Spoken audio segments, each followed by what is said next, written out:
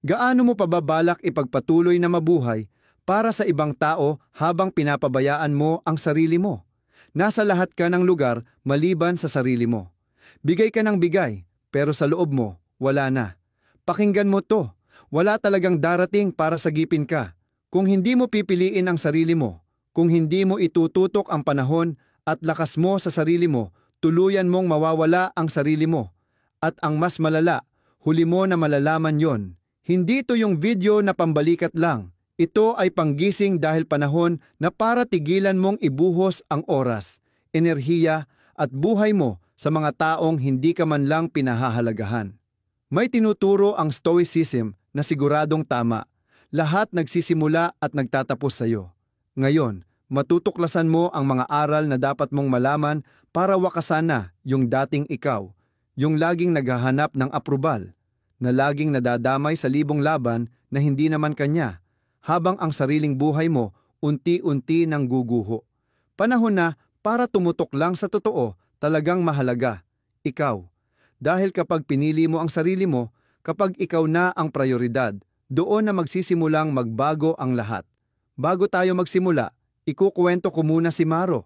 Baka hindi ka makarelate sa trabaho niya, pero tiyak mararamdaman mo yung naramdaman niya tuwing umaga. Si Maro ay night guard sa isang maliit na museo. Yung tipong halos walang nangyayari. 1:00 ng gabi siya papasok. 6:00 ng umaga matatapos. At sa buong gabi, ang tanging kasama niya ay katahimikan, CCTV, at ilang estatwang mas mukhang buhay pa kaysa sa kanya. Sa unang tingin, parang ang payapa ng buhay niya. Walang istorbo, walang boss na nakakainis, walang traffic, walang meeting, walang stress. Pero may mas matindi, isang monotonong routine. Gabi-gabi, eksaktong kopya ng naunang gabi. Parehong instant na kape, parehong ikot ng lugar, parehong pagyawn habang tinitingnan ang orasan sa 4:00 ng umaga. At ang pinakamasakit, paulit-ulit din ang pakiramdam na parang tagapanood lang siya ng sarili niyang buhay. Ang kakaiba, kahit ganun siya, laging nandyan si Maro para sa lahat. Alam ng kapatid niyang pwede siyang tawagan kahit anong oras kung may kailangan. Iniiwanan siya ng susi ng kapitbahay tuwing may aberya sa gas. Siya ang takbuhan ng boss niya kapag kailangan ng mag-overtime. Lahat, oo lang siya, laging available, laging may sagot, laging inuuna ang iba kundi man ang sarili. Wala siyang oras magpadoktor pero may oras siya samahan ang ibang tao. Niayaw niyang magpahaba ng tulog pero handang magbakod para sa nag-absent. Hindi siya bumibili ng libro, pero laging nagbibigay ng regalo sa iba. Pero maski ganun, walang nakapansin na nakalimutan na niya ang sarili niya. Isang gabi, naglalakad siya sa bagian ng lumang pilosopiya sa museo. Huminto siya sa harap ng isang estatwa na dati hindi niya napapansin. Isang bust ni Seneca, nakakunot noo, matindi ang tingin, at parang naguutos. Sa ilalim, sa maliit na plakang bronze, nakasulat, "Hindi ko konti ang oras natin, kundi marami tayong nasasayang." Natigilan si Maro. Parang naramdaman niyang hinuhubaran siya ni Seneca. Doon siya napaisip, gaano kadaming oras na ba ang nasasayang ko na hindi ko man lang namalayan? Walang imik, nagsimula siyang bumalik sa sarili niya. Hindi siya nag-resign. Hindi siya lumipad ng India. Hindi siya gumawa ng viral video para baguhin ang mundo niya. Sinimulan niya lang gawing buhay ang mga patay na oras. Kinuha ulit niya ang lumang notebook niya. Nagbasa sa gabi. Natutong mag-meditate tuwing break. Kapag walang nakatingin, nagpa-practice siya ng phrase sa iba't ibang wika. Pangarap niyang bumiyahe, pero hindi niya sinasabi. Natuto rin siyang tumanggi. Magpabukas ng gawain, hindi sagutin lahat ng chat at tawag. At may nangyaring kakaiba. Patuloy pa rin ang ikot ng mundo. Pero ngayon, hindi na siya ang sentro ng lahat. Ngayon, night shift pa rin si Maro, pero hindi na siya parang wala. Na-realize niya kasi na hindi mo kailangang baguhin lahat para magsimulang mabuhay. Kailangang balikan mo lang ang sarili mo. Ituon ang pansin sa nag-iisang bagay na tunay mong makokontrol, kung paano mo pipiliin mabuhay sa sandaling ito. At kung nandito ka ngayon, siguradong alam mong may nawawala ka rin. Baka energy, oras, purpose, o baka lang sarili mo na. Sabi nga ni Marcus Aurelius, Ang buhay ng bawat tao ay kung ano ang iniisip niya tungkol dito. Ang video na to, paanyaya, para ikaw ang magdesisyon, para bawiin mo ang kontrol. Katulad ni Maro, piliin mong balikan ang sarili mo ngayon. Hindi kapag tuluyan ng nawasak lahat. Hindi kapag dumating ka na sa dulo. Dahil isang desisyon lang yan, na pumiling tumutok sa sarili mo. Handa ka na ba? Kung may napupulot kang aral dito, i-consider mo mag-subscribe at maging exclusive member para sa kakaibang benepisyo. At sabihin mo sa comments, ready ka na bang tumigil mamuhay para sa iba at simulan ng mag-focus sa sarili mo? O kaya, i-comment mo lang, isa akong stoic, pinipili ko ang sarili ko ngayon. Isa, ang paligid mo mas nagsasabi tungkol sa'yo kaysa sa mga salita mo. Klaro tayo ha? Kung gusto mo talagang mag-focus sa sarili mo at magbago ng buhay, simulan mo sa pinaka-obvious na bahagi. Pero kadalasan din, kinalilimutan, ang paligid mo. At hindi lang yan tungkol sa mga kasama mo. Pero oo, pag-uusapan natin yan mamaya kasi sobrang importanteng usapan yon. Ang tinutukoy ko, pati lahat ng bagay na kusa na lang pumapasok o nagpaparamdam sa isip mo. Di mo sure kung ano ibig kong sabihin? Ihalin tulad mo ang isip mo sa bahay mo. Kapag araw-araw pinapapasok mo ang mga negatibong boses, walang kwentang videos, mga reklamador na tao, tragic news, at walang saysay na argumento, mapupuno ng alikabok ang bahay na yon. Kahit lagyan mo ng bulaklak sa loob, kahit pinturahan mo ng makulay, magulo pa rin. At sa huli, mamumuhay ka sa gulo na akala mo natural lang. May kakilala akong ganon, gigising siya, cellphone agad, news agad, bago pa mag-toothbrush. Scroll agad ng social media, lahat masaya, mas maganda ang buhay kaysa sa kanya. Tapos buong araw, reklamo na kung gaano kagulo ang mundo, ang kapitbahay, trabaho, politika. Sa gabi, reklamo ulit, hirap matulog, puno ng anxiety. At ang mas masakit, di niya naiintindihan ang koneksyon. Akala niya, basta na lang nangyayari ang lahat na walang dahilan. Parang bumagsak na lang bigla ang mundo sa kanya. Pero hindi ganon. Ang totoo, kung ano ang pinapapasok mo sa isip mo, kung anong kinokonsumo mo, yan ang bumubuo ng nararamdaman mo. Sabi nga ni Jay Shetty na ilang taon ding monghe, kung gusto mo ng malinis na energy, kailangan mo ng malinis na environment. Pati digital, dahil ang energy toll, nakakahawa. At kung puro gulo ang paligid mo, huwag kang mag-expect ng peace. Isipin mo, ano kaya kung idagdag natin si Epictetus sa group chat ngayon, punong-puno ng reklamo, memes na walang kwenta, at fake news na nakakanerbiyos? Anong gagawin niya? Piuputok na lang siguro agad. Mas pipiliin ko pang mabingi kaysa tanggapin tong ingay na to sa kaluluwa ko. At tama siya. Sabi nga niya, mas mahalaga kung anong pinapakain mo sa kaluluwa mo kaysa sa katawan mo. Ngayon, tanungin mo sarili mo, ano bang pinapakain mo sa kaluluwa mo nitong mga nakaraang araw? Kung tunay mong gustong mag-focus sa sarili mo at makamit ang mga pangarap mo, simulan mo sa pagkontrol ng pinapapasok mo. Heto ang ilang pwedeng gawin. Una, i-unfollow ang 3 social media account na laging pinagko-compare ka, nagpapababa ng self-worth mo o nagpapalipas lang ng oras. Oo, pati na yung page ng asong milyonaryo sa Dubai na mas maganda pa ang buhay kaysa yo, huwag na. Pangalawa, mag-digital clean-up minsan sa isang linggo.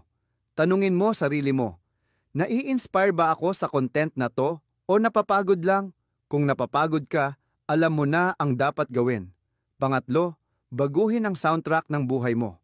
Kung lahat ng kanta sa playlist mo ay puro broken heart at low self-esteem, palitan mo. Minsan, mas mainam pa ang katahimikan kaysa drama. Maliit na desisyon lang to. Pero, pag nilinis mo ang paligid mo kahit kaunti lang, makakahinga na ang utak mo. At kapag nakakahinga ang utak mo, balik ulit sa iyo ang kontrol. Mas malinaw kang mag-isip, mas may energy ka, at pinakaimportante, inuuna mo ang sarili mo. Yan ang unang hakbang para mag-focus sa sarili mo. Hindi lang basta pagtingin sa loob, kundi pagbabantay din sa paligid mo. Kung ngayon, papasok ka sa isip mo na parang pumapasok ka sa kwarto, malinis ba? O puno ng kalat na hindi mo naman pinili? Baka naman ang tunay na pagpukus sa sarili, nagsisimula lang sa simpleng pagsara ng ilang pinto. 2. Bawat aksyon mo bumubuo sa'yo. Isipin mo na lahat ng ginagawa mo ngayon, bawat galaw, bawat desisyon, bawat ugali, parang isang brick, isa-isa lang, walang labis. Pero bukas maglalagay ka ulit, at sa susunod na araw isa pa, parang ang liit lang ngayon, pero hintayin mo ang isang buwan, balikan mo. Ano na ang nabuo mo?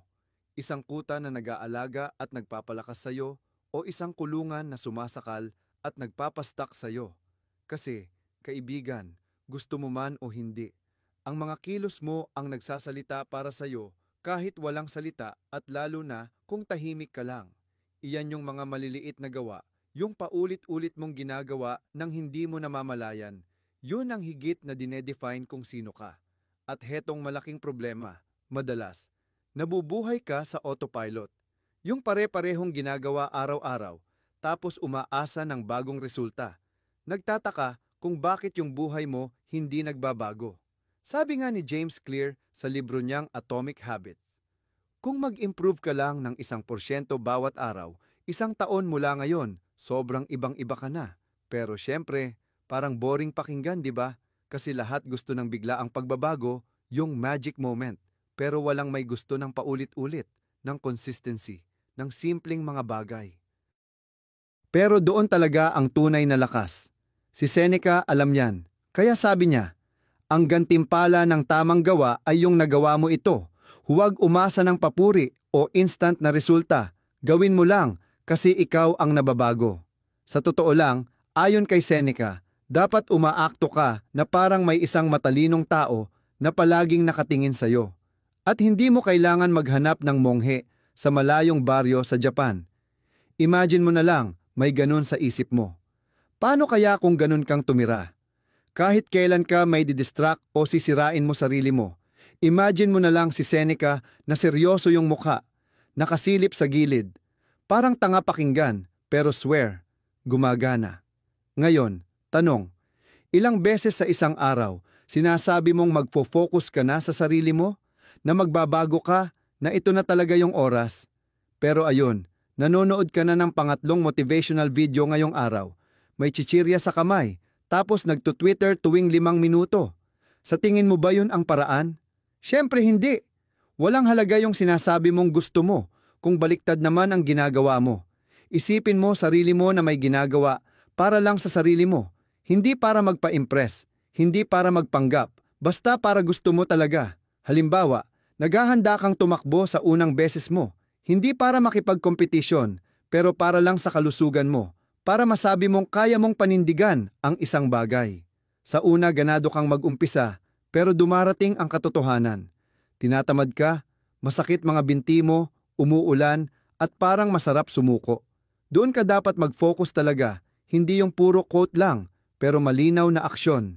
Sige, suggest ko, bare minimum routine na hindi pwedeng hindi gawin. Hindi mo kailangan mag-exercise ng 1 oras kada araw. 3 simpleng hakbang lang. 1. Mag-warm up ng 5 minuto pagkagising. Mag-jogging ng 10 minuto bago ka maligo. 3. Sa gabi, magsulat sa notebook kung ano naramdaman mo. Yun lang, pero gawin mo araw-araw, walang excuse. At para hindi mo malimutan, gamitin mo yung tinatawag na activation rule. Idikit mo yung bagong habit sa ginagawa mo na araw-araw ng walang effort. Halimbawa, pagkatapos mong magsipilyo, isuot mo agad yung rubber shoes mo. Huwag ka nang mag-isip kung trip mo ba, basta gawin mo lang. Ang aksyon, ang gumagawa ng motivation, hindi baliktad. Makikita mo, sa 1 linggo hindi mo na kailangang pilitin masyado sarili mo at matapos ang 1 buwan, runner ka na, automatic na. Yan ang magic ng paggawa para sa sarili mo, ng pagtupad sa commitment mo sa'yo. Hindi mo kailangang mag-ingay, paulit-ulit lang. Pero, hetong best part, hindi lang ito tungkol sa pagtakbo, gagana to, para sa kahit anong gusto mong marating sa buhay, basta focus ka talaga. Kasi, kapag mga habit mo naging kakampi mo, dun ka magsisimulang buuin yung bersyon mo, na matagal mo nang hinahanap. Hindi mo na kailangan ipaliwanag kahit kanino, basta ikaw, consistency mo, at landas mo. Kaya tanong, kung may video tayo ngayon na nagre-record ng lahat ng ginagawa mo nang hindi mo namamalayan, Magiging proud ka ba sa mapapanood mo? O maiilang ka? I-comment mo nga. Kasi ang mga kamera pwedeng patayin. Pero mga kilos mo tuloy-tuloy na nire-record kung sino ka araw-araw. At kung tama ang ginagawa mo, nire-record din kung sino ka na nagiging. 3. Matutong kausapin ang sarili mo ng may respeto. Kaibigan, isipin mo. Kung meron kang follower na araw-araw, nagkokomento sa posts mo ng palpak ka lagi, ang tanga mo, wala kang kwenta. Gaano katagal bago mo i-block yon? 1 minuto lang siguro, di ba? Pero eto ang nakakainis na tanong. Paano kung ikaw pala yung hater na yon? Kasi, oo, kadalasan, sarili mo ang number 1 hater mo. Ikaw unang naninira, pinakamalupit mag-criticize, pinakaunang umuupakan, minsan di mo pa namamalayan. At masama pa dito, umpisa na ito pagkagising. Tumingin ka sa salamin, grabe mukhang ewan ako ngayon. May nalaglag ka. Ang tanga ko talaga. Sumablay sa trabaho, wala na akong nagagawang tama. Tapos magtataka ka, ba't ang hirap magtiwala sa sarili, ang hirap mag-focus, ang hirap umusad. Sabi ko, kasi ganyan din ako dati. May panahong kinakausap ko sarili ko nang hindi ko gagawin sa kahit kanino. Kapag late ako, palpak ka talaga. May nakalimutan. Siyempre, kalat ka kasi eh. Grabe ang bigat sa loob, pero di ko pa rin gets kung bakit. Tapos dumating yung panahon na sobrang lupit ko sa sarili. Saka ko nabasa ang quote ni Marcus Aurelius na nagpalit sa perspective ko. The happiness of your life depends on the quality of your thoughts. Sobrang tumatak sa akin. Ginawa ko na siyang wallpaper ng phone ko kasi kailangan ko talaga ng reminder. Pag mahigpit na ako sa sarili, yung quote na yon nagpapapigil sa akin. Pinapaalala niya na hindi ako uusad kung kaaway ko ang sarili ko. Pinapaalala niya na kung gusto kong magbago, hindi pwede na lagi kong pinapakain sarili ko ng mga negatibong isipin. Sabi rin ni Lisa Bilyeu, founder ng Impact Theory at isa sa pinakamalalakas magsalita tungkol sa personal growth, lahat tayo may inner narrator. Pwedeng siya ang best supporter mo o siya ang pinaka-harsh na hadlang mo. Kasi kung palagi na lang yung narrator mong, palpak ka na naman, hindi para sa'yo to, wala kang kwenta. Paano magkakaroon ng lakas ng loob na magpatuloy? Isipin mo to, nasa bahay ka, excited, binubuo mo yung bagong furniture na nabili mo. Pero nung nilalagay mo yung pinto, nagkamali ka, baliktad mo na ilagay. Ayos lang yon, pwede namang ayusin, di ba? Pero imbis na kalmado, bigla mong binulalas. Ang tanga-tanga ko talaga. Tapos mamaya-maya, inaalala mo na lahat ng palpak mong nagawa sa buhay dahil lang sa isang pinto. Kita mo, hindi yung mali ang problema, kundi paano mo kinakausap sarili mo kapag nagkamali ka. Doon mo lang malalaman kung may respeto ka talaga sa sarili mo. Gusto mo bang simulang kausapin ang sarili mo ng mas may respeto?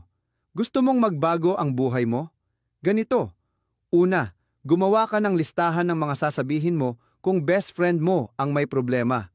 Tulad ng, okay lang yan, ginagawa mo naman lahat, maghintay ka lang, normal lang to. Pag ikaw ay nadapa o kinapos, gamitin mo rin yan sa sarili mo. Deserve mong igalang mo ang sarili mo tulad ng paggaling mo sa iba. Ikalawa, kapag nahuli mo sarili mong pinupuna mo sarili mo, tanungin mo, nakakatulong ba ito o nakakasama? Kung hindi nakakatulong, palitan mo. Hindi ito tungkol sa zero criticism, kundi gawing constructive. Pagandahin, hindi pahirapan. Ikatlo, try mo yung mirror method. Tingnan mo ang sarili mo sa salamin at sabihin mo ng malakas ang 3 affirming na sentence. Sa una, awkward, parang ang weird. Pero pag nasanay ka, ramdam mo, unti-unting tumatatak. Yung dating insecurity, lumalambot, nagiging self-confidence. Para kasing hardin ang isip natin, kung negatibidad ang dinidilig mo araw-araw, wala talagang tutubo. Pero kapag natuto kang tratuhin ang sarili mo ng may respeto, tiyaga, at tama ang intensyon, kahit pinakatuyong lupa pwedeng sumibol ulit. Kasi ang mag-focus sa sarili, kasama rin dyan. Alagaan mo kung paano mo tratuhin ang sarili mo, lalo na pag walang ibang nakakakita. 4. Tigilan mo na ang paghahanap ng aprobasyon ng iba. Napansin mo ba kung ilang beses sa isang araw kumikilos ka batay sa sasabihin ng iba? Ilang desisyon ang ginagawa mo na umaasa kang mapapansin o makakuha ng positive na reaksyon? Ilang beses kang may ginagawa dahil lang maganda tignan o impressive sa iba? Pinakamahalagang tanong, gaano roon ang talaga namang tungkol sa'yo? At gaano karami para lang sa kanila? Isipin mong nasa isang meeting ka, napapalibutan ng mga katrabaho. Bigla kang may naisip na ideya. Naglakas loob kang sabihin ito ng malakas at agad ay kinilatis mo ang paligid. Naghahanap ka ng senyales, isang tango, isang magaling. At kapag wala kang nakita, parang lumiit ka ng kaunti. Nagsisimula kang magpaliwanag. Sinasabi mong suhestyon lang naman iyon. Binabaliwala mo ang sarili mong tinig. Para bang walang halaga hanggat hindi ito naaprubahan ng karamihan.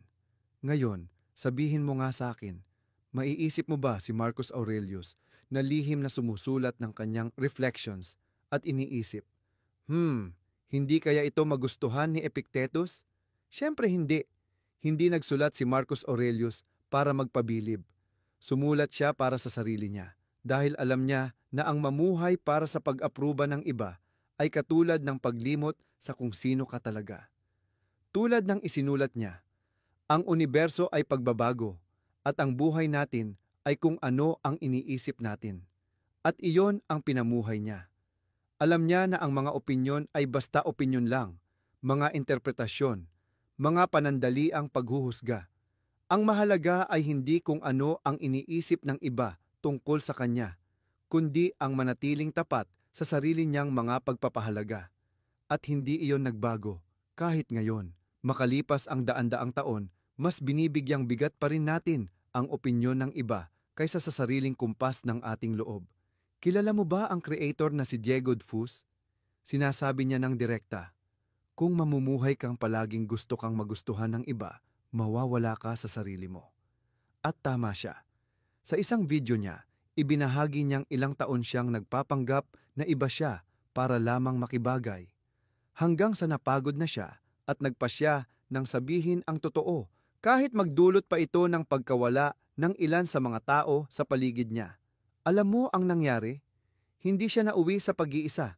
Sa halip, nagsimulang lapitan siya ng mga tunay na konektado sa kung sino siya. At ito ang nakakatawa. Kadalasan, binabago mo ang sarili mo dahil natatakot kang husgahan ng mga taong wala namang kinalaman sa tunay mong buhay. Binabago mo ang pananamit mo. Ano kayang sasabihin nila? Binubura mo ang Instagram story mo. Baka may magkamali ng pagkakaintindi. Pinipigilan mo ang sarili mong ibahagi ang gusto mo dahil ayaw mong punahin ng iba. Ngunit alam mo ba, pupunahin at pupunahin ka rin nila kahit anong gawin mo. Kung marami kang gawin, masyado raw. Kung kulang, kulang. Kung wala kang gawin, mali pa rin. Kaya talaga bang patuloy mong huhubugin ang buhay mo base sa gusto ng lahat maliban sa sarili mo? Kung gusto mo talagang magbago, kailangan mong ituon ang pansin sa sarili at tumigil sa pag-alala sa iniisip ng iba. Kaya ito ang mungkahi ko. Yung bagay na matagal mo nang gustong gawin pero hindi mo magawa dahil iniisip mong baka may masabi ang iba, gawin mo. Isulat mo sa notebook, ano ang gagawin ko ngayon kung hindi ko iniisip ang sasabihin ng mga tao? Sagutin mo ng totoo, walang preno. Baka ito ay isuot ang paborito mong damit kahit hindi ito pasado sa standard. Baka ito ay magpahayag ng tapat mong opinyon sa usapan. Baka ito na ang oras na i-post ang video na 10 beses mo nang na-record pero hindi mo pa na ikakarga. Gawin mo at panoorin ang mangyayari. Alam mo ba kung ano ang mangyayari? Wala. Patuloy ang pag-ikot ng mundo at ikaw, mas malaya ng kaunti. At narito ang irony. Nung tumigil ka sa paghahanap ng pag-apruba, saka mo nakuha ang tunay na respeto. Hindi hinahangaan ng tao ang laging sumusunod. Hinahangaan nila ang taong naninindigan. At mula doon, nagbabago ang lahat. Kasi nagiging sentro ka muli ng sarili mong buhay. Sa mga pinahahalagahan mo, sa mga desisyon mo. Doon nagsisimula ang lahat. Ang lakas mo, ang direksyon mo, ang tunay mong pagbabago. Kaya sa susunod na mangamba ka sa maaaring sabihin ng iba, tandaan mo ito. Ang pagtuon sa sarili ang pinakamataas na uri ng kalayaan at walang pwedeng magbigay nito sa iyo kundi ikaw lang. 5. Bakit ba masyado kang apektado ng kritisismo? May mga bagay na masakit at may mga bagay na hindi naman dumudugo pero parang tinutuhog ka sa loob. Naputol mo ang daliri mo habang nagluluto. May sakit. Siyempre, dumugo ng kaunti. Nakakainis ng ilang araw, ngunit alam mong gagaling din. Pero kapag may nagsabi sa iyo ng, "Uy, okay ka lang ba? Parang kulang ka sa tulog." Kahit wala namang masamang ibig sabihin. Parang tinik na hindi mo makita. Mas masakit, mas matagal, nakakabutang sa araw mo. Pamilyar? Ang kakaiba, kadalasan hindi naman seryoso o malala. Isang random na linya, isang tingin, isang baling ng balikat. Pero sa utak mo, lumalaki ito, umaabot sa malaking drama. At ang masama pa, umaasta ka na parang mas mahalaga iyon kaysa lahat ng alam mo tungkol sa sarili mo. At sa isang iglap, ang buhay mo ay nagiging pag-iwas sa bawat abot ng salita, paghuhusga o maling tingin. Pero nakakapagod yan. Para kang blok ng yelo sa ilalim ng araw. Bawat salita, bawat sulyap, bawat opinyon na bumabanga sa iyo, natutunaw ng kaunti ang tiwala mo sa sarili. At kahit matibay kang tingnan sa labas, sa loob mo, parang nagkakadurog-durog. Sinabi ni Epictetus ng direkta, hindi mo kontrolado ang iniisip ng iba, pero kontrolado mo kung paano ka tutugon. Para sa kanya, ang maghusga o bumatikos ng iba ay pagsasayang lang ng panahon, at higit na mas masama kung hinahayaan mong maapektuhan ka ng mga ito. Sabi niya, kapag may nagsalita ng masama tungkol sa iyo, mas marami pa silang ipinapakita tungkol sa sarili nila kaysa sa iyo. And tama siya, hindi ba? Walang kapangyarihan ang mga salita, kundi yung ibinibigay mo. Isipin mo, may nagsabi, malamang may magandang motibo. Mukha kang pagod, at imbis na palipasin, bigla kang tumakbo sa salamin. Hanap ka ng eye bags. Iniisip mo kung bigla kang tumanda. Kung pangit ka na, lahat yon dahil lang sa isang komento na siguro obserbasyon lang at hindi atake. May tawag dito ang French psychologist na si Nicolas Pirod. Tinawag niyang narcissistic wound. Sabi niya, lahat tayo may sensitibong bahagi na masyadong damang-dama ang mga salita ng iba bilang personal na atake. At kung hindi natin matutunang tanungin kung saan nanggagaling ang reaksyong iyon, patuloy tayong mamumuhay na takot ma-judge. Pero hindi ka dito para paulit-ulit lang mag-react. Nandito ka para tumutok sa sarili mo, magbago at mangontrol ng buhay. At mangyayari lang yon pag natutunan mong bigyan ng tamang halaga ang bawat bagay. Kaya kapag sinabihan o pinuna ka at nadadaan ka, huminga ka, tanungin mo, ito bang puna ay makakatulong o makakasakit lang? Totoo ba ito? Bakit ba ako nasasaktan? Minsan, may maganda kang matututunan mula sa puna. Minsan, ibang tao lang ang may issue.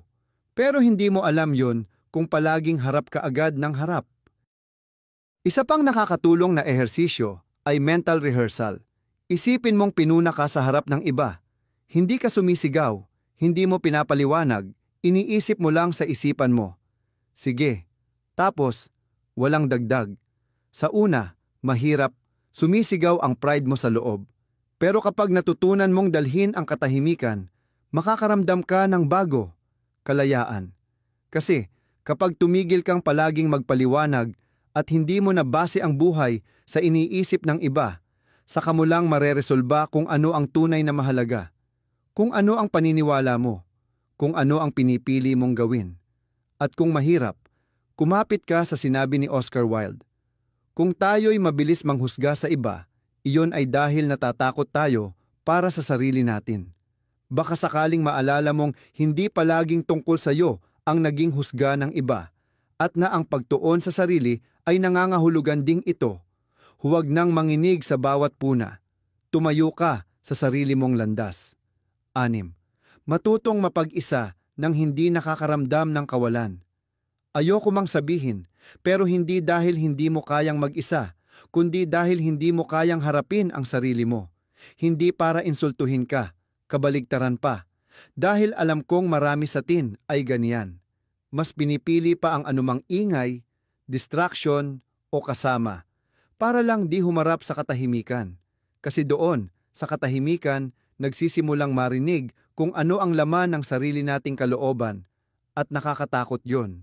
Sa labas, parang walang espesyal. Magpapatugtog ng video habang kumakain kahit di naman pinapanood, maglalakad sa bahay na may headset kahit walang tugtog, oo nang oo sa gala na ayaw mo lang naman para huwag lang mapag-isa. Tapos magtataka ka, bakit malabo ka? Bakit hindi mo alam gusto mo? Bakit parang hindi mo makilala sarili mo? Pero ito ang mahalaga. Nagsisimula lang ang tunay na focus kapag kaya mong manatili sa sarili mo nang hindi tumatakas. Doon binubuo ang matibay na isipan. Doon nagiging malinaw ang buhay. Kasi hindi mo pwedeng baguhin sarili mo kung hindi mo alam kung anong nangyayari sa loob mo mismo. Si Marcus Aurelius, ang pinakamakapangyarihang tao ng panahon niya, emperador na pwedeng may kasama kahit sino anumang oras, pinili pa ring mag-isa araw-araw. Umiwas siya sandali para magmuni, kausapin ang sarili, suriin ang isip niya. Sinulat niya, umatras ka sa iyong sarili. Ang may pinagmumulan ng kilos sa sarili, hindi kailangang takasan ang pag-iisa. Alam niya, naiintindihan niya, kung hindi siya magtatanim ng kapayapaan sa loob niya, kung hindi niya kayang hanapin ang katahimikan sa sarili niya, mawawala siya. Dahil ang labas ng mundo, nagbabago, nagkukulang, pumapalya. Pero kung ano ang nasa loob mo, kapag pinagsikapan mo, nagiging sandigan mo ito. At oo, alam kong mahirap makasama ang sarili mo, kaya mag-practice tayo ng isang bagay na tinatawag ni Justin Brown na conscious solitude. Hindi bilang parusa, kundi bilang power practice. Sinasabi niya na ginugugol natin ang buhay natin kahabol ng pag-aproba, ng kasama, ng aliw. Samantalang sa totoo lang, ang maging komportable sa sarili ang dapat maging pundasyon ng lahat. At tama siya, dahil ang taong natutong yakapin ang pag-iisa ay nagiging malaya. At hindi ko sinasabing kailangan mong magkulong sa kubo at putulin ang pakikipag-ugnayan sa tao. Pinag-uusapan ko ang matutunan mong makasama ang sarili mo nang hindi ka naiilang, ang pakawalan ang takot sa katahimikan. Dahil kung hindi ka natutuwa sa sariling kumpanya mo, paano ka magtatayo ng buhay na tunay mong gusto? Kaya ganito, una, maglaan ng 20 minuto bawat araw na walang tugtog, walang cellphone, walang kahit anong aliw, ikaw lang. Oo, unang-una ay parang di komportable. Tumatalon-talon ang isip mo, maghahanap ng distraksyon, pero manatili ka lang dahil doon nagsisimula ang tunay na muling pagkakaugnay sa sarili. Pangalawa, gumawa ng isang bagay na solo, isang beses sa isang linggo, pero huwag mo itong tingnan na parang mag-isa ka. Isipin mo na ito'y date kasama ang sarili mo. Literal, subukang mag-agahan, mag-isa sa kainan na palagi mong nadadaanan pero di mo pinapasukan, magdala ng libro o tumingin lang sa paligid, o kaya naman manood ng sine mag-isa. Hindi iyong kakaiba, nakakalaya iyon. Gawin mo ito para sa'yo, hindi para makita ng iba o may patunayan, kundi para lang muling makakonekta sa pinakaimportanteng tao sa buhay mo, ikaw. Palitan mo rin ang salitang mag-isa ng kasama ko ang sarili ko. Simple pakinggan pero malalim. Hindi ka nag-iisa, kasama mo ang sarili mo. Hindi ito isolasyon, ito ay pagtitipon, hindi ito pagkabato, ito'y oportunidad. Dahil sa sandaling matutunan mong makasama ang sarili mo nang hindi ka nauubos, nagbabago lahat. Maririnig mo ang sarili mo, maiintindihan mo ang sarili mo, malalaman mo kung ano talaga ang kailangan mo. At mula doon, makakapag-focus ka sa pagtatayo ng buhay na pinili mo, hindi lang yung tinatakasan mo ang katahimikan. Ano? Sabihin mo sa komento, ano ang susunod mong date kasama ang sarili mo? Pwedeng maliit na bagay o napaka-personal, hindi mahalaga. Isulat mo, dahil pagpipilian mong makasama ang sarili mo, unang hakbang mo na iyon para mag-focus sa mahalaga. At tandaan, nandito ang komunidad na ito para sumuporta sa iyo. 7. Hindi lahat ng tao ay dapat may lugar sa buhay mo. Kung ipapabukas ko sa iyo ngayon ang aparador ng buhay mo, ano kaya ang makikita natin sa loob? Sigurado akong may mga taong nandoon pa na hindi nakasya sa iyo. Parang lumang damit na tinatago mo lang, pero di mo na ginagamit. Mga relasyong dati maganda, pero ngayon balot na ng alikabok. Mga taong hindi na tugma sa kasalukuyan mong sarili, pero pinipilit mo pang hawakan. Baka sakaling kailanganin. Habang pinipilit mong magbigay space, mag-focus sa sarili mo, umusad. Pero ayaw gumalaw dahil punong-puno na ang lahat, at alam mong ganoon nga.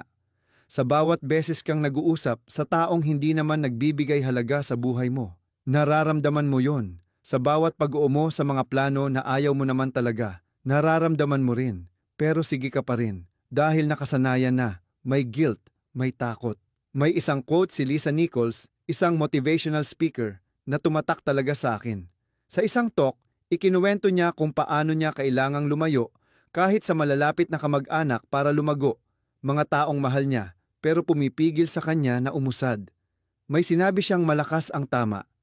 Hindi lahat ay iniimbitahan sa susunod na kabanata ng buhay ko. Ganito ang sticky relationships. Hindi sila iyong tipong toxic sa harap-harapan. Pero nakadikit sila. Ubos ang enerhiya mo. Nakakakuha ng atensyon. Gumagamit ng guilt para manipulahin ka. At minsan, kahit masakit, ang paglago ay nangangahulugan ding magpakawala. Dahil hindi lahat ay sasabay sa iyo sa pagbabago.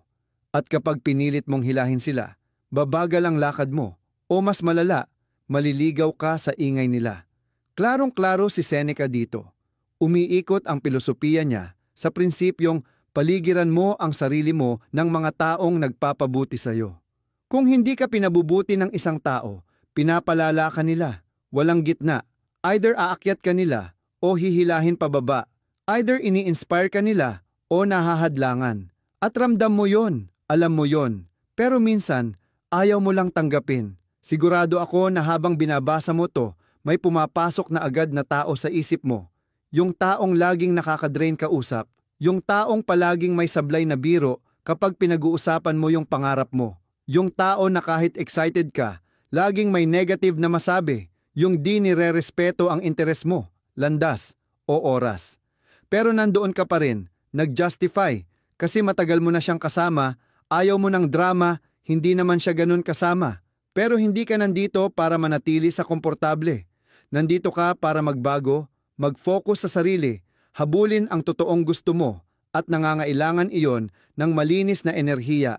Mga taong itutulak ka paabante, hindi padadaos-dos. Kaya gawin mong literal, mag-inventory ka ng mga tao sa paligid mo. Gumamit ka ng papel at ballpen, dumaan ka sa bawat tao. Ito ba ay nagtataas sa akin? Check. Ito ba ay pabigat? Noted. Wala bang nararamdamang kahit ano? Clue na yan. At maging tapat ka. Kasi minsan, sa isip mo pa lang, napapabuntong hininga ka na kapag naisip mo sila. Sapat na sagot na yon. Hindi walang hanggan ang lakas mo, gamitin mo ito ng tama. At kung oras na para maglagay ng boundary, gawin mo na may konting humor, hindi kailangang maging dramatic. Pwede mong sabihin, hindi naman ako lumalayo, kaso hindi na tumatanggap ng walk-in ang kapayapaan ko. Nakakatawa pero klaro. Kung gets nila, ayos. Kung hindi, at least malinaw. Kung may magtatampo dahil pipiliin mo ang kapakanan mo, tandaan mo to. Ang tamang tao hindi ma-offend kapag inuuna mo ang sarili mo. Ang mali, ma-offend. Pero clue na rin yon. Dahil hindi mo pwedeng buuin ang bagong buhay habang bitbit ang kalawang ng nakaraan. At minsan, nagsisimula talaga ang focus sa sarili sa isang saradong pinto. Isa lang, pero sarado. 8. Sino ang sumusulat ng buhay mo? Isipin mo muna na parang pelikula ang buhay mo. May setting, may soundtrack, may mga extra. Lahat gumagalaw. Pero isa ang kulang. Hindi ikaw ang sumulat ng script. Umaarte ka lang sa script ng iba. Pamilya mo, sila ang nagpasimuno. Lipunan, sila ang nag-edit. Kaibigan, sila kumuha ng eksena. Ikaw, basta sumusunod ka lang, walang tanong-tanong. At ang pinakamasaklap, hindi mo pa gusto ang takbo ng kwento, pero nandoon ka. Sige lang, dahil nakasanayan na. Sana si Marcus Aurelius na lang sumulat ng buhay natin. Hindi ba? Matitinding linya, matitinding desisyon, may pilosopiya sa bawat eksena. Pero hindi. Madalas parang yung kwento natin parang may sumulat na laging may drama kaysa karunungan. Parang may trahedyang scriptwriter sa likod ng mga pagpili natin. Pero kung ididilat mo ang mata mo, mapapansin mong ikaw ang may hawak ng panulat simula pa lang. Hindi mo lang ginagamit. Naranasan ko rin yan. Sinasabi ko to ng prangka. Dati di nga ako makapag-travel mag-isa kasi sabi ng barkada ko, para saan pa? Wala namang mas gaganda pa sa syudad natin. Sayang oras at pera. At dahil gusto kong mag-fit in, dahil ayokong ako lang ang kakaiba, naniwala ako, nagpaiwan ako. Ang masakit, hindi naman yung lugar, kundi yung pakiramdam ko na parang nabubuhay ako sa pelikulang hindi akin. At syempre, kapag di ka gumagalaw, di ka rin lumalago. Tingnan mo ang paligid. Ilang tao kilala mo na nag-aral ng sinabi ng magulang. Nasa isang relasyon dahil tama, nagtatrabaho kahit hate nila para lang sigurado. Ngayon, isipin mo naman ang buhay mo na parang dula. Bawat stage may sariling act. Problema, kadalasan, hindi ikaw ang nagsulat ng script. Minana mo lang, sa magulang, sa teacher, sa lipunan. Hindi mo namamalayan, ginaganap mo na lahat, bawat eksena, bawat linya, kahit hindi mo gusto. Kaya ano nga bang hitsura ng script na sinusunod ng marami? Act 1, mag-aral ng ligtas. Piliin ang kurso dahil sa trabaho, di dahil sa passion. Act 2, kumuha ng matatag na trabaho kahit di ka na fulfilled. Kahit bawat Lunes pakiramdam mo walang hanggan. Pero ganun talaga ang buhay, di ba? Act 3, hawakan kung anong meron. Huwag sumugal, magpakasal, bumili ng bahay, magretiro kung posible, yun na. Pamilyar ba? Yan ang script na sinusunod ng marami, nang di na iniisip kung para ba talaga sa kanila. At oo, baka okay sa ilan, pero okay ba yon para sa'yo? Ngayon, isipin mo naman, paano kung ikaw ang sumulat? Act 1, unang pagkakataon mong makinig sa sarili. Tatanungin mo, ano gusto ko talaga? Hindi yung gusto ng iba para sa akin. Act 2, gumawa ka ng matapang na desisyon, pwedeng maliit, gaya ng magsimula ng personal project o malaki, gaya ng bitawan ang hindi na ikaw. Act 3, mabuhay ka ng naaayon sa sarili mo, hindi perpekto, hindi walang pagkakamali, pero may saysay. At hindi yan madali. Mas madali ang lumang script, yung pinalakpakan ng lahat, kahit nagdurusa ka. Pero kung nakarating ka hanggang dito, ibig sabihin may parte sa'yo na gustong maghawak ng kontrol, magsulat ng panibagong kabanata gamit ang sarili mong mga punto. At hindi mo kailangan ng permiso, tapang lang. Simulan mo sa maliit. Tanungin mo, alin sa buhay mo ang parang hindi authentic? Aling eksena, hindi mo na uulitin? Anong desisyon ang ginawa mo hindi dahil gusto mo kundi para lang mapasaya iba? After nun, gumawa ng bago. Palitan ang linya, sumulat ng bago, putulin ang karakter kung kailangan. Tandaan mo ang sabi ni Marcus Aurelius, huwag kang umasta na mabubuhay kang 1,000 taon. Saan nagsisimula ang focus sa sarili? Sa sandaling tumigil kang gumanap ng papel na ibinigay sa'yo at pumili kang maging author. Kaya tanong ko, magpapanggap ka pa rin ba sa papel na ibinabasa sa'yo? O ikaw na ang magsusulat ng sarili mong kwento? Siyam, ang totoo, ikaw mismo ang sumasabotahe sa sarili mo. Isipin mo isang barko na naglalakbay sa malawak na dagat, solid, pabor ang hangin, at malinaw ang destinasyon. Pero nang hindi alam ng kapitan, may isang tao sa barko na palihim na gumagawa ng maliliit na butas sa ilalim. Sa umpisa, di mo agad mapapansin, pero unti-unting pumapasok ang tubig. Hanggang sa maglaon, huli na nung mapansin ng kapitan na may mali. Lulubog na ang barko bago pa ito makarating. Ayoko mang sabihin kaibigan, pero kadalasan, ikaw ang nakatagong sabotyor na yon. Huwag kang magkamali. Hindi dahil gusto mong bumagsak, syempre hindi. Pero hindi mo lang namamalayan. Araw-araw ay kinakandado mo ang sarili mo. Sa maliliit na kilos, sa mga excuse na akala mo'y logical, sa mga distraction na inosente pero unti-unting ninanakaw ang direksyon mo. Alam na ito ni Marcus Aurelius noon pa. Kaya niya sinabi, hindi ang nasa labas ang humahadlang sa aksyon natin, kundi yung nasa loob natin. Alam mo rin ito, di ba? Sabi mo, maaga ka gigising pero nilalagay mo ang telepono mo 10 sentimetro mula sa mukha mo. Mas malapit pa ang snooze button kesa sa totoong purpose mo. Sabi mo, Magwo-workout ka, pero hinihintay mo ang motivation na parang darating siya sa pinto mo na nakasapatos pang takbo. Sumpa mo wala kang oras, pero 3 episode ng serye na hindi mo naman talaga gusto, tinapos mo. At pagtapos na, bukas na lang ulit. Pero huwag mong masyadong sisihin ang sarili mo. Hindi lang naman ikaw ang may problema. Ganito na ang mundo natin. Tinawag ni Marcos Vazquez na modernong kalamangan. Modern indulgence. Medyo kakaiba, di ba? Pero may saysay. Yun yung normal ngayon. Puro treat ang sarili, iwas sa diskomportable, chasing instant pleasure. Parang okay lang basta masaya ka. Parang ang constant na pahinga, self-care na raw. Pero alam mo, hindi naman talaga ganun. Kasi yung comfort na yon, kadalasan, hindi kasiyahan o well-being. Maganda lang pakinggan, pero paraan lang para manatiling stuck. Pinapamanhid ka, pinapabagal ka, at pinapaniwala kang okay lang yan. Pero habang mas naging komportable ka, mas mahirap umusad. Imagine mo na lang, si Seneca, inuurong ang pagsulat ng sulat niya kasi wala siya sa philosophical mood. Parang, ayoko mag-reflect ngayon, distracted ako.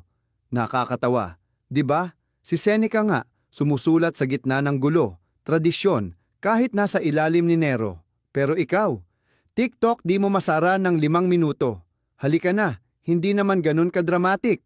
So, kung seryoso kang gusto mong magbago, magsimula ka na ngayon. Eto pwede mong simulan. Una, tigilan na ang, dapat gawin ko to. Gawin mong, gagawin ko na ngayon, o hindi ko gagawin. Totoo, medyo matindi, pero matindi rin naman ang excuses mo. Minsan, kailangan mo talagang magising.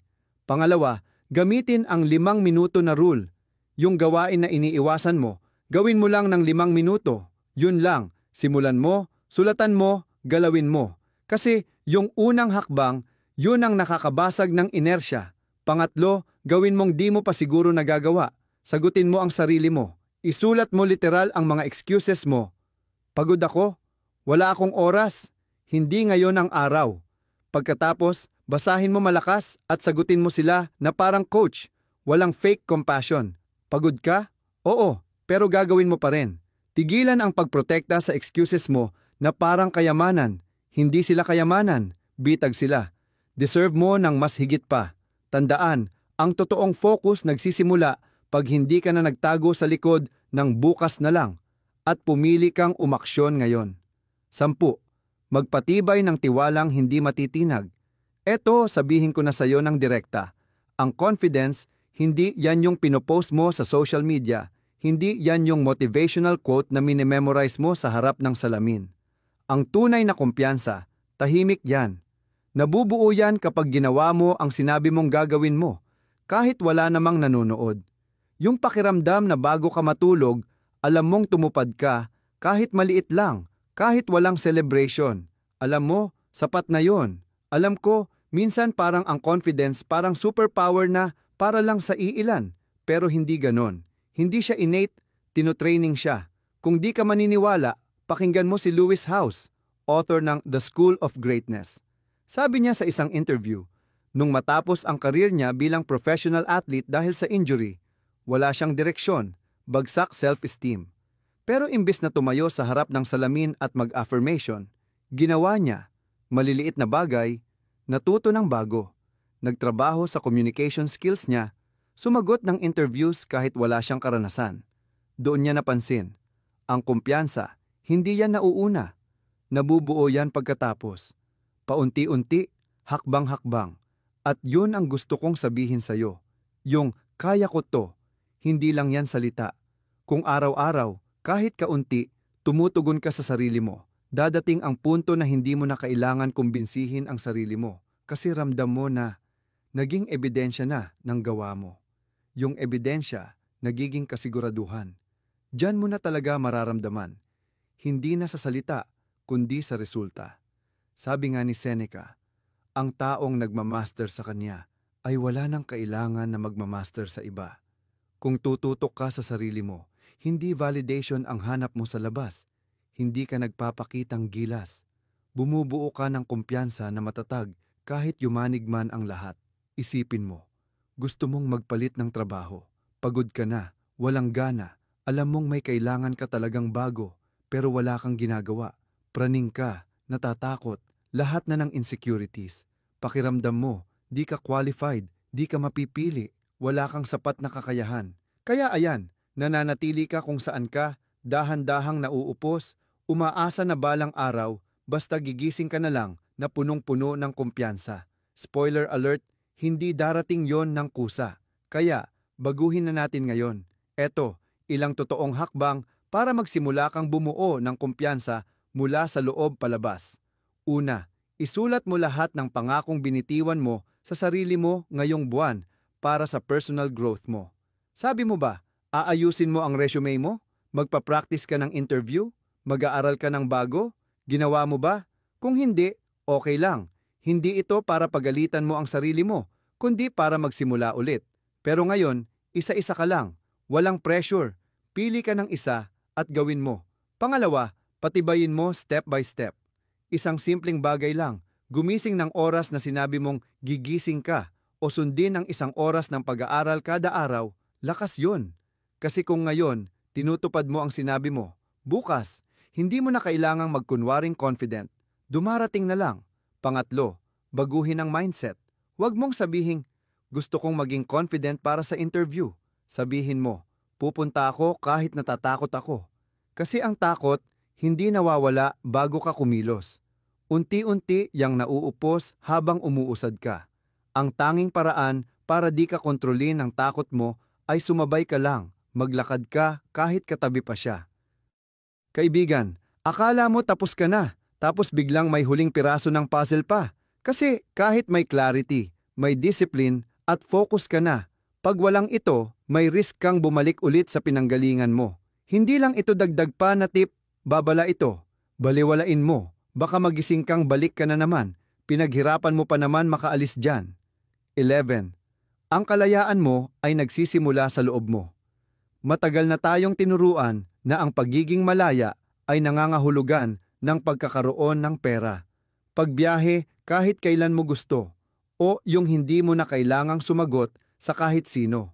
Oo, okay lahat yon, pero hindi yan ang tunay na kalayaan. Kasi may mga tao na milyonaryo na, pero alipin pa rin sila ng iniisip ng iba, ng sarili nilang emosyon, ng pressure mula sa labas. Tapos may iba naman, simple lang ang buhay, pero naglalakad sa mundo na may kapayapaang hindi mo mabibili, kasi wala silang utang sa kahit sino. Pati sa sarili nilang magulong emosyon. Si Epictetus na ipinanganak na alipin, gets na gets to. Sabi niya, walang taong malaya kung hindi niya kayang kontrolin ang sarili niya. At kung ang taong pisikal na nakakadena ay kayang mag-isip ng ganito, bakit hindi mo magawa ngayon mismo? Kilala mo ba si economist Juan Ramon R? Direktang sinabi niya, kung walang panloob na kalayaan, walang tunay na pagbabago. Pwede mong palitan ng trabaho, magpalit ng partner, lumipat ng ibang bansa, pero kung hindi mo babawiin ang kontrol sa isip mo at mga desisyon mo, trapped ka pa rin sa ibang lugar nga lang. Sinasabi ko, to ng buong pagmamahal. Tawag mo sa sarili mo, malaya ka, pero hindi mo kayang di mag-check ng phone ng isang oras. Gumagawa ka ng desisyon depende sa approval ng iba. Siksik na siksik ang kalendaryo mo, pero wala man lang isang araw na para lang sa'yo. Kalayaan ba talaga yan? Isipin mo to, isang buong linggo na walang nakakakita sa'yo, walang sumusunod sa'yo sa social media, walang nakikinig o nanonood sa'yo. Ikaw lang at sarili mo. Ano ang gagawin mo ng iba? Babaguhin mo ba ang suot mo? Sinisigaw mo? Mga plano mo? Kung oo ang sagot mo, baka hindi talaga ikaw ang pumipili ng ginagawa mo araw-araw. Baka sila yung nanonood lang. So, paano ka magkakaroon ng kalayaang tunay na para sa sarili mo? Hindi yan kasing hirap ng iniisip mo. Simulan mo sa isang bagay lang ngayong araw dahil pinili mo. Walang pakialam sa uso, sa itsura, sa expectations. Pwedeng kasing simple lang ng pagbabasa ng bagay na interesado ka kahit hindi sikat. O kaya, suotin yung outfit na gusto mo kahit hindi pasok sa standards ng iba. Hindi mo kailangan ng buong araw, isang oras lang, sapat na. Isang oras bawat araw ng pagiging soberano ng sarili mo. Walang notifications, walang utos ng iba, walang ka-avail sa kung sino man. Isang oras lang para sa sarili mo, para mag-isip, pumili, at mag-reconnect sa sarili. At oo, practice-in mo ang art ng pagsabi ng hindi ng maayos, magalang, pero matatag. Kasi tuwing oo ang sagot mo sa bagay na ayaw mo naman, ibig sabihin niyan, hindi ang sagot mo sa sarili mo. At yan, kaibigan, hindi yan kalayaan. Kung gusto mong magbago at totoo kang gustong unahin ang sarili mo, hindi ka pwedeng mabuhay palagi sa mata ng iba. Kailangan mo nang magsimulang tumingin sa loob. Gawin ang mga choice para sa sarili. Makinig sa boses mo higit pa sa boses ng iba. Iiwanan kita ng isang linyang pwedeng maging turning point mo. Ang tunay na kalayaan ay ang pagkawala ng takot na mawala ng kahit anong panlabas. Dahil alam mong sapat na kung anong meron ka sa loob. Alalahanin mo, yan tuwing pakiramdam mo ay kailangan mong mag-explain, magpatunay o mag-please ng iba. Kasi kapag nagsimula ang kalayaan mula sa loob, wala nang makakaagaw sa naitayo mo mula dyan. Bumalik sa sarili, yan ang game changer. Kasi kapag pinili mo ang sarili mo, kapag nag-focus ka sa ikaw at tumigil magpakabuhay para sa iba, may nagigising sa loob mo. At simula noon, mababago talaga lahat. Hindi mo kailangang maging perpekto o malaman lahat agad. Kailangan mo lang simulan. Magpakatotoo sa sarili, makinig sa sarili, mag-set ng boundaries, at magdesisyon para at dahil sa sarili mo. At kung gagawa ka ng isang hakbang bawat araw, kahit maliit, pangako, paglingon mo, halos hindi mo na makikilala ang sarili mong nagbabago. Kung nabasa mo to hanggang dulo, isulat mo sa comments. Matagal na akong ligaw. Ngayon, sarili ko naman ang pipiliin ko. Doon ko malalaman kung sino ang tunay na stoic warriors na nakadating hanggang dulo. Huwag kalimutang mag-subscribe, ipindot ang notification bell at ilike ang video na to para hindi ka mabitin sa mga susunod pa. Imbitado ka rin sa playlist namin na makikita mo sa screen. Puno yon ng mga ideya, kwento at tips para mas maging matalino at kumpiyansa ka sa pagharap sa buhay. I-click mo na at tuloy-tuloy nating harapin ang journey na to magkasama. Hanggang sa muli, mag-ingat ka at patuloy mong yakapin ang iyong inner stoic.